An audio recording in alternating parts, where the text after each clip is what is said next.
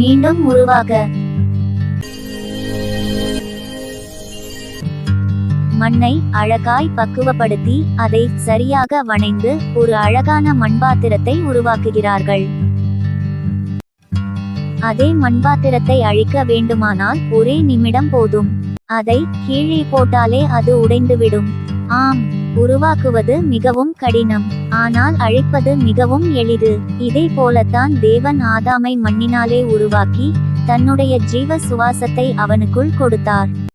அவனுக்காக ஏவாளை உருவாக்கி அவர்களுக்காக ஏதேன் தோட்டத்தையும் உருவாக்கி கொடுத்தார். ஆனால் ஒரே ஒரு கட்டளையை மீறினபடியால் எல்லாமே முடிந்துவிட்டது.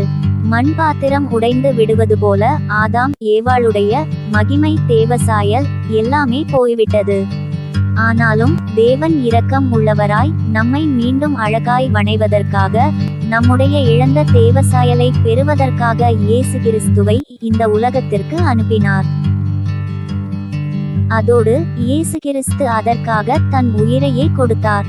அவரை ஏற்றுக்கொண்டு அவர் காட்டுகிற பாதையிலே நடக்கிறவர்களுக்கு தேவன் இழந்த தேவசாயலை கொடுத்து அவர்களை மீண்டும் பரலோகத்தில் கொண்டு சேர்க்கிறார்.